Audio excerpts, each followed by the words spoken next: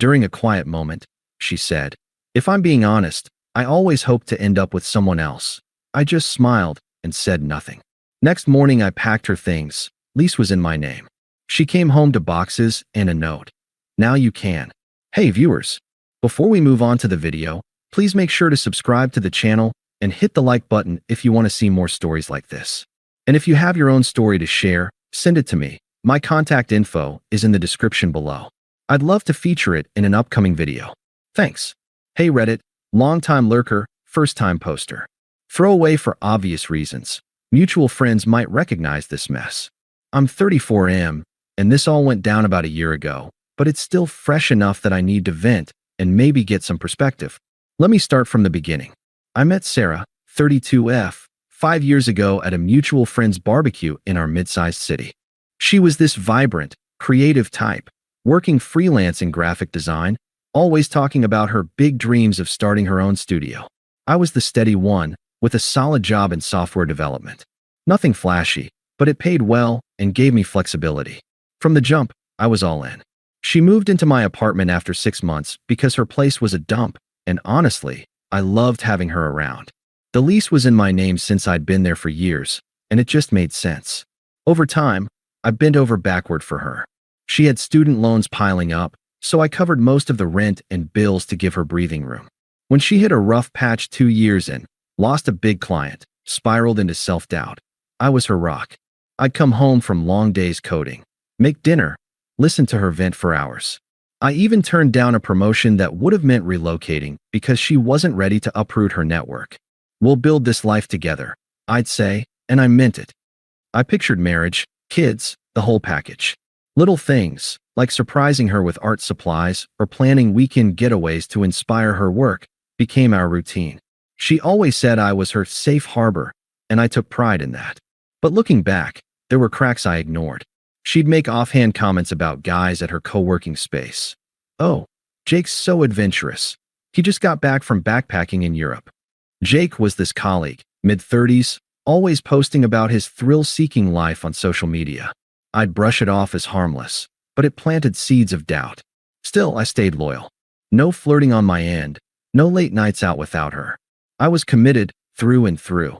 Then came the night everything shattered. It was a quiet Thursday evening, about 8 months ago. We'd had a low-key dinner, pasta I cooked, and were lounging on the couch watching some mindless show. Out of nowhere, during a commercial break, she turns to me with this thoughtful look and says, "Hey, can we talk?" If I'm being honest, I always hoped to end up with someone else. I froze. The room felt like it tilted. "What do you mean?" I asked, keeping my voice even, though my heart was pounding. She sighed, like it was no big deal, and leaned back. "Don't get me wrong, you're amazing. Stable, kind, all that. But growing up, I imagined my life with someone more exciting. Someone who pushes boundaries, like Jake from work. He's got this energy, you know? Travels spontaneously, takes risks. I've been feeling like maybe I've settled, and it's not fair to either of us." Her words hit like a slap, but she said them so casually, almost smug, like she was doing me a favor by being honest. I could see the dismissal in her eyes, like I was a reliable car she'd outgrown, ready to trade in for a sports model. No tears, no hesitation. Just this entitled vibe, as if her dreams trumped the life we'd built. I didn't yell or beg. My mind raced. All those sacrifices, the late nights supporting her, the future I'd envisioned. But outwardly, I just smiled faintly and said, "Interesting." That's it. No more words. She looked at me expectantly, like she wanted a fight or reassurance, but I changed the channel and pretended to watch the show. Inside, though, it burned. Why wasn't I enough? Had I been a placeholder all along? The confusion gnawed at me as we went to bed in silence. She tried to cuddle, but I rolled away, staring at the ceiling until dawn. That night, I barely slept. Flashes of our relationship played in my head. The time I skipped a guy's trip to help her with a deadline, or when I loaned her money for a new laptop without a second thought. I'd given so much, and for what? To be told I was never her endgame? The unfairness settled in like a fog, thick and suffocating. But by morning, something shifted. Clarity, maybe, or just self-preservation. I realized I didn't want to fight for someone who saw me as second best. So, while she was out at a coffee meeting, I started packing. Not dramatically, just methodically. Her clothes, books, art stuff, all into boxes from the storage closet. I left the shared things, like furniture I'd bought, but anything distinctly hers went in. By noon, the living room had neat stacks by the door. I wrote a simple note. Now you can. Taped it to the top box. No anger, no explanations. Just finality. She came home around lunch, arms full of takeout bags, probably thinking we'd talk it out. The door swung open, and she stopped dead. "What the hell is this?" she demanded, dropping the bags. I was sitting at the kitchen table, sipping coffee, calm as could be. "Your things," I said evenly. "The lease is in my name, so I'll handle the paperwork to remove you. You can crash with friends or wherever until you sort it out." Her face twisted, a mix of shock and smugness fading into something sharper. "Are you serious? Over one conversation? You're just going to kick me out like this?" "It's not kicking you out," I replied, not raising my voice. "You said you hope for someone else. I'm giving you the space to find that. No hard feelings." She laughed, but it was bitter, dismissive. "Oh, please. You've always been so predictable. This is why I feel this way. No passion, no fight." Jake would have handled this differently, with real emotion. There it was again, the comparison, thrown like a dagger. But I didn't bite. Maybe he would. But I'm me, and this is how I handle it. "I'll help load your car if you want." She paced, justifying herself. "Look, I didn't mean it like that. You've been great, safe, reliable. But life's too short for good enough. I stayed because it was comfortable, but I owe it to myself to chase what I really want. You should too. This could be a wake-up call for you too." "I don't know, live a little." Her logic was twisted, making it sound like her betrayal was a gift. "I appreciate the honesty," I said, still composed. "But I've lived plenty. And now, so can you." She huffed, called me cold, but started grabbing boxes anyway. "You'll regret this. When I'm happy with someone who actually excites me, don't come crawling back." Smug to the end, she loaded up and left, tires screeching like some dramatic exit. I locked the door behind her, and the silence hit. No confrontation, no tears from me. Just a hollow ache. But also relief. For the first time, I saw how much I'd been carrying the relationship alone. The confusion lingered. Why say that after all we'd shared? But I let it sit, breathing through the unfairness without lashing out. That first week after she left was rough. I didn't chase her, didn't text or call. Instead, I detached. Changed the locks that same day. Practical, not petty. Blocked her on everything temporarily, just to give myself space. The apartment felt empty.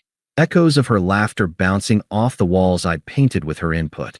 I'd sit on the couch where she'd dropped her bomb, replaying it all. The confusion was the worst. How could someone you'd poured your soul into see you as temporary? I'd sacrificed promotions, friends' events, even hobbies, all to make us work. And for what? To be emotionally discarded like yesterday's news. But I didn't wallow. I channeled it into action, quietly. Started hitting the gym again, something I'd let slide to spend more time with her. Reconnected with old buddies. Turns out, a few had seen red flags in how she treated me, but stayed quiet. One night over beers, my friend Mike said, "Dude, she always acted like you were lucky to have her." Good riddance. It stung, but it helped. I threw myself into work too, finally accepting that promotion I'd turned down before. It meant longer hours, but also a fat raise and a fresh start. No emotional outbursts, no revenge plots. Just me, rebuilding in silence. The unfairness lingered, though. I'd wake up some mornings with that hollow ache, wondering if I'd ever been more than a backup. But I let it breathe, journaled about it, went for runs to clear my head. Slowly, the fog lifted. I realized her betrayal said more about her than me. I wasn't the problem. Her inability to appreciate loyalty was. By month 2, I was sleeping better, laughing more. Detachment became my armor. I even started dating casually, nothing serious, but it reminded me I was desirable. Life without her drama? Surprisingly peaceful. It took about 3 months for the cracks to show in her shiny new life. From what I pieced together later, mutual friends spilling tea, her vague social media posts, she'd jumped straight into things with Jake. Moved in with him quick, posting pics of their adventures, weekend hikes, spontaneous road trips. Subtle digs at her boring past, which I knew were aimed at me. But here's where it unraveled, and damn, it was poetic. Jake, turns out, was all flash, no substance. Unstable as hell. He'd charmed her with stories of his globetrotting, but neglected to mention his gambling habit or the string of exes he'd burned through. First, he got fired from their shared co-working gig. Something about misconduct, harassing a co-worker. Sarah tried to spin it as corporate politics, but word spread fast in their creative circle. Mutual friends started distancing themselves when the truth came out. Jake had used her connections to land freelance gigs, then ghosted clients, tanking her reputation by association. Then the big blow. He discarded her just like she'd discarded me. After a blowout fight over money. She'd been covering his bills. Ironic, huh? He kicked her out. Left her scrambling for a sublet, broke from bailing him out. She ended up crashing on a friend's couch, her freelance work drying up because no one wanted the drama. Online, her posts shifted from smug adventures to cryptic pleas. Sometimes the grass isn't greener, with sad emojis. Backlash hit. Commenters calling her out for how she'd treated me, since the story had leaked through the grapevine. She became isolated, her once vibrant social life crumbling. Friends who'd cheered her upgrade now saw her as flaky, unreliable. I didn't gloat. Heard it all secondhand, stayed out of it. But inside, satisfying as hell. Her choices boomeranged, hard. She'd chased excitement, ended up with chaos. Meanwhile, I was thriving, new job title, savings growing, even adopted a dog for company. The reversal felt earned, like the universe balancing the scales after I'd sat with the betrayal's weight. Fast forward another couple of months, around 5 months post-breakup. I'd heard whispers of her downfall, but kept my distance. Life was good on my end. Promotion kicking in, new routines solid. Even started seeing someone casually, a woman named Emily from my gym. Nothing serious yet, but she was kind, grounded, the opposite of Sarah's chaos. I was finally feeling like myself again, no longer confused or weighed down by the betrayal. That's when Sarah started reaching out. It began subtly. A text one evening. Hey, it's me. Can we talk? I miss our talks. I read it, felt a flicker of that old ache, but deleted it without replying. Detachment was my rule now. A few days later, another. I know I hurt you, but Jake was a mistake. He turned out to be controlling, unstable. Kicked me out last week. I'm on a friend's couch. It's humiliating. Still, silence from me. I wasn't interested in her sob story, but she ramped it up. Calls started coming in, voicemails at first, her voice shaky. Alex, please pick up. I see now how good we had it. You were always there for me, and I threw it away for some fantasy. Let's meet for coffee. I just need closure. Closure? That was rich, coming from someone who dropped her bomb without a second thought. I blocked her number after the third voicemail. But she wasn't done. She switched to email. Why are you being so cold? I thought you cared about me. Jake used me. Borrowed money I can't pay back. Isolated me from everyone. My freelance gigs are gone because of the drama he caused. I'm broke, Alex. Remember how you helped me through tough times? I need that now. Her pleas were laced with hypocrisy, acting like I owed her support after she dismissed me as settled. But I stayed firm, no response. That's when she pulled in the reinforcements. Her friends, the same ones who'd liked her adventure posts, started messaging me on social media. One, her bestie Lisa, DM'd, "Dude, Sarah's a mess. You're really gonna ignore her after everything? That's low." She made one mistake, cut her some slack. Toxic as hell, like I was the villain for protecting my peace. Then her family got involved. Her sister, who I'd met a handful of times and never vibed with, called from an unknown number. Alex, this is Megan. Sarah's told us what happened. You're being heartless. She was honest with you, and now you're punishing her? Family sticks together. You were basically family. At least hear her out. Unpleasant didn't cover it. Entitled, pushy, like her betrayal was a minor blip. I hung up mid-sentence and blocked that too. But Sarah escalated. She showed up at my apartment one night, banging on the door. I peeked through the peephole. She looked disheveled, eyes red. Alex, I know you're in there. Open up. This isn't you. You're not cruel. I didn't open it. Called building security instead, who escorted her out. The next day, more texts from a new number. How dare you sick security on me? I thought we could be adults about this. Fine, be that way. You're showing your true colors. Boring and spineless, just like I said. There it was, the anger bubbling up after her pleas fell flat. Desperation turning to rage, revealing the same smug disrespect from that quiet night. You'll end up alone, she fired off in another message. No one wants a guy who ghosts like a coward. Her attempts peaked with a final in-person ambush at my favorite coffee shop. She must have stalked my routine. I was grabbing a latte when she cornered me. Alex, stop ignoring me. Her voice cracked, but there was an edge. I admit it, I was wrong. Jake's abusive, left me with nothing. My friends ditched me when the truth came out. I see now you were the real deal. Please, let's try again. I'll make it up to you. She grabbed my arm, eyes pleading turning frantic. I have nowhere else to go. Don't make me beg. I pulled away gently, kept my cool. But inside, it was clear. Her true colors shone through in the desperation. No genuine remorse, just self-preservation. I walked out without a word, but that wasn't the end, not yet. The attempts fizzled after that coffee shop run-in, or so I thought. A month later, 7 months total since the split, I got invited to a mutual friend's wedding. Small affair, but Sarah was on the guest list too, from before everything blew up. I debated skipping, but why should I? I'd moved on. This was my life now. Emily and I had gotten more serious. She was coming as my +1. Stable job, new apartment on the horizon, dog thriving. I was in a good place, emotionally free from the confusion that once haunted me. The wedding was at a cozy venue outside the city, garden set up with twinkling lights. I arrived with Emily, mingling easily. Then I spotted Sarah across the lawn, alone, dress a bit wrinkled, nursing a drink. She looked smaller somehow, the smugness gone, replaced by something hollow. Our eyes met, and she beelined over. Alex, she started, voice low but urgent. I didn't expect to see you here. With her? She glanced at Emily, who was chatting nearby, then back to me. Can we talk? Privately. I nodded once, stepping aside. Not for her, but to end this cleanly. No scene at a wedding. She launched in. Seeing you like this, it hurts. I messed up big time. Jake was a nightmare, controlling, cheated on me too. I'm starting over, but it's hard. I realize now you were my safe harbor, like I always said. We can fix this.